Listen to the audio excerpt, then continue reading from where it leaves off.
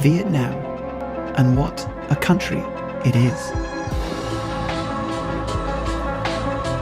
Vietnam نے کبھی اتنا بڑا قرضہ نہیں لیا جتنا پاکستان نے لیا ہے IMF سے، لیکن انہوں نے 1980s میں انہوں نے اپنے اکانومی کو ڈوئے موئے ریفارمز کے ذریعے بدل دیا۔ ویتنام نے پاکستان کی طرح اپنے پیسوں کو زمین میں نہیں پھنسایا، بلکہ انہوں نے مینوفیکچرنگ پر فوکس کیا۔ انہوں نے دنیا بھر کی کمپنیز جیسے کہ سیمسنگ اور انٹل کو اجازت دیا کہ وہ لوگ ان کے ملک میں آئے اور اپنا انڈسٹری لگائیں، اور اس کا نتیجہ یہ ہوا کہ آج $370 بلین کا ایکسپورٹ کر رہا ہے، اور وہیں پاکستان کا ایکسپورٹ صرف 30 بلین کا ہے۔ وہ دنیا کو اسمارٹ فونز اور الیکٹرونکس بیچ کر امیر ہو رہے ہیں۔ دوستو اگر ان تینوں کنٹریز کو دیکھا جائے، سب کنٹریز میں 3 چیزیں کامن ہیں۔ سب سے پہلا یہ ہے کہ سخت فیصلے، انہوں نے صرف قرضہ واپس نہیں کیا بلکہ اپنے نظام میں ایسی تبدیلیاں لے کر آئے جس کی وجہ سے اگلی دفعہ قرضہ لینے کی ضرورت ہی نہ پڑے۔ ان سب نے دنیا کو کچھ نہ کچھ بیچنا شروع کیا۔ ویتنام نے الیکٹرونکس، ساؤتھ کوریا نے الیکٹرونکس اور گاڑیاں، اور آئس لینڈ نے ٹورزم۔ اور دوستوں جو سب سے امپورٹنٹ چیز جو ان تینوں کنٹریز میں ملتی ہے وہ ملتا ہے اتحاد۔ جب تک عوام اور حکومت ایک پیج پر نہیں آئے گی تبدیلی ممکن ہی نہیں ہے یہاں پر۔ دوستوں بہت سے لوگ مجھ سے پوچھتے ہیں کہ کیا پاکستان کبھی IMF سے آزاد ہو سکتا ہے؟ دوستو اس کا جواب ہے بالکل ہاں۔ ساؤتھ کوریا کو دیکھیں جہاں لوگ اپنا سونا، اپنا گولڈ ملک کے لیے دے دیا۔ ویتنام کو دیکھیں جو جنگوں سے نکل کر آج دنیا کو موبائل فونز بیچ رہے ہیں۔ ان ملکوں نے صرف قرضہ نہیں اتارا، ان لوگوں نے اپنا مائنڈ سیٹ بدلا ہے۔ ان لوگوں نے پلاٹس کی جگہ پر پروڈکٹس پر فوکس کیا۔ انہوں نے ڈگریز سے زیادہ اسکلز کو اہمیت دی۔ اگر یہ ملک کر سکتے ہیں تو 24 کروڑ کی آبادی والا پاکستان کیوں نہیں کر سکتا؟ دوستو یہاں پر ایک بنیادی مسئلہ ہے جو کہ میں آپ کو بتاتا ہوں۔ ہماری اکانومی اپنے پاؤں پر کھڑے ہونے کے بجائے عارضی سہاروں، ٹیمپریری فکسز کی طرف جاتی ہے۔ 1958 سے لے کر ابھی تک ہمارے ملک نے 23 مرتبہ IMF سے قرضہ لے لیا ہے۔ سب سے پہلے پیسے ختم ہوتے ہیں، پھر ہم قرضہ لیتے ہیں، تھوڑی دیر ملک سٹیبل چلتا ہے، اور پھر ہم وہی پرانی غلطیاں دوبارہ دہراتے ہیں۔ اور دوستوں اگر ہم لوگ اپنے ٹیکسٹائل کی حالت دیکھیں، وہی ٹیکسٹائل جو ایک زمانے میں پاکستان کا شاہ رگ سمجھا جاتا تھا، آج وہ سب نے سروائیول کے لیے جنگ لڑ رہی ہے۔ ٹیکسٹائل سیکٹر کو چیلنجز درپیش۔ جی بسم اللہ الرحمن الرحیم۔ سر ابھی تک ہماری کوئی 150 سے زیادہ صنعتیں آل اکراس پاکستان بند ہو چکی ہیں، اور جو رہ گئی ہیں جو چل رہی ہیں وہ یا تو سسک کی چل رہی ہیں یا پارشل کیپیسٹی پہ چل رہی ہیں۔ اس کی کیا وجہ ہے؟ سسٹم نے خود کو ماڈرن نہیں کیا۔ ہماری بجلی کا ریٹ ہمارے ریجن میں سب سے زیادہ ہے، اور ہم نے کاٹن سے ہٹ کر سنتھیٹک فائبرز جو آج کل کی دنیا کی ڈیمانڈ ہے اس پر فوکس کبھی نہیں کیا۔ یہ سسٹم کی ناکامی ہے کہ وہ بدلتے ہوئے دنیا کے ساتھ خود کو ڈھال نہ سکا۔ پھر دوستو تعلیم کے معاملے میں تو ہمارا اتنا خراب ہے کہ 2004 میں نیشنل ایجوکیشن ایمرجنسی لگ گیا تھا، اور پتا چلا کہ 2 کروڑ 60 لاکھ بچے اسکول سے باہر ہیں۔ اس کا مطلب یہ ہے کہ ہم اپنے فیوچر ورک فورس کا 1/3 حصہ پہلے ہی کھو چکے ہیں۔ This is City District Government Junior Model School in Lahore. The school has an enrollment of about 500 children, but only 3 teachers.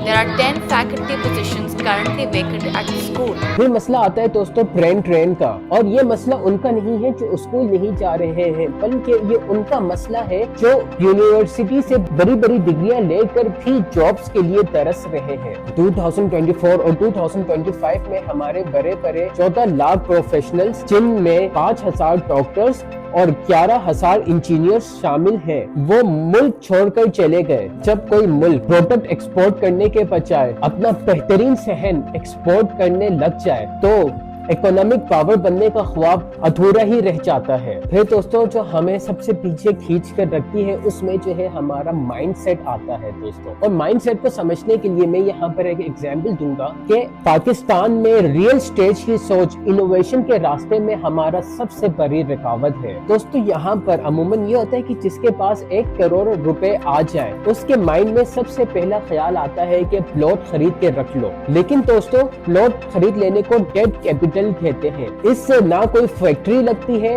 نہ لوگوں کو نوکری ملتی ہے اور نہ ہی کوئی چیز ایکسپورٹ ہوتی ہے.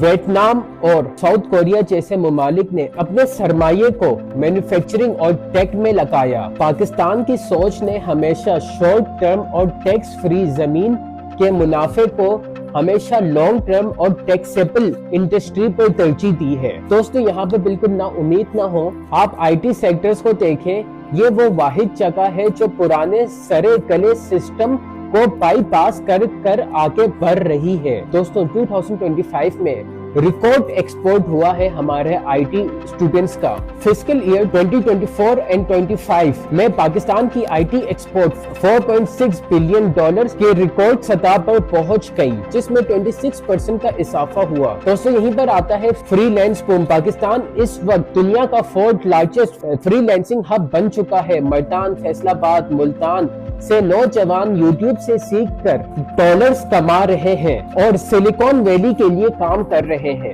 اصل بات یہ ہے کہ یہ نئی جنریشن گورنمنٹ کے ٹھیک ہونے کا انتظار نہیں کر رہی, بلکہ وہ انٹرنیٹ کو استعمال کر کے اپنا سسٹم خود بنا رہی ہے. اب دوستوں میں آپ لوگوں کو یہاں بتاتا چلوں کہ اکنامک پاور بننا کوئی راز نہیں ہے, بلکہ ایک چوائس ہے. اگر گورنمنٹ پروڈکٹیو کام پر ٹیکس کم کرے جیسے کہ انڈسٹری, اور ان پروڈکٹیو کام جیسے کہ ریئل اسٹیٹ پر ٹیکس بڑھا دے, اور اگر ہمارا تعلیمی نظام رٹا کو ہٹا کر اسکلز اور کوڈنگ توجہ دے, تو ہماری بڑی آبادی بوجھ نہیں بلکہ دنیا کے لیے سب سے بڑی ایسٹ بن سکتی ہے. دوستو ہسٹری گواہ ہے کہ ساؤتھ کوریا ہو یا ویتنام, آئی ایم ایف کے قرضے سے نکلنا ناممکن نہیں ہے, لیکن تبدیلی صرف اوپر سے نہیں آتی, تبدیلی آپ سے شروع ہوتی ہے. اگر آپ چاہتے ہیں کہ پاکستان ایک اکنامک پاور بنے تو ہمیں یہ 3 کام آج سے ہی کرنے ہوں گے. سب سے پہلے ہے اسکلز اوور ڈگری.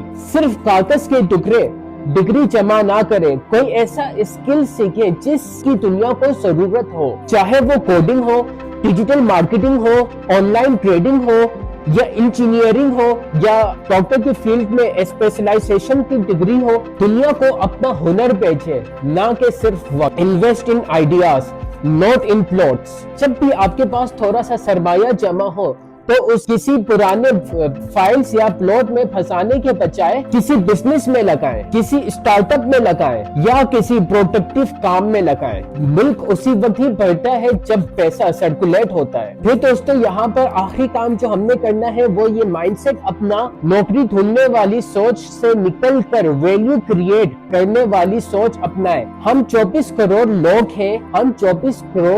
ہیں, اگر ہم آپس میں ایک دوسرے کی مشکلات کو حل کرنے لگ جائیں تو ہمیں باہر سے کسی کی بھی مدد کی ضرورت نہیں پڑے گی. یاد رکھیں دوستو, پاکستان کی سب سے بڑی ایکسپورٹ ہمارا کاٹن نہیں ہے بلکہ ہمارا دماغ ہے. اسے ملک کے لیے استعمال کریں. اب دوستو آپ کی باری ہے بتانے کی. اب آپ بتائیں کہ کون سا ایسا لیڈر ہے جو آئے اور آ کر اس سسٹم کو بدل سکتا ہے, اور آپ کے نظر میں کون سا ایسا اسکل ہے جو ہر پاکستانی کو سیکھنا چاہیے. نیچے کمنٹ سیکشن میں لازمی مینشن کریں, اور ساتھ ساتھ یہ ویڈیو ان دوستوں کو شیئر کریں جو اس ملک سے مایوس ہو چکے ہیں, کیونکہ دوستو امید ابھی زندہ ہے اور وہ امید آپ ہیں. اللہ حافظ.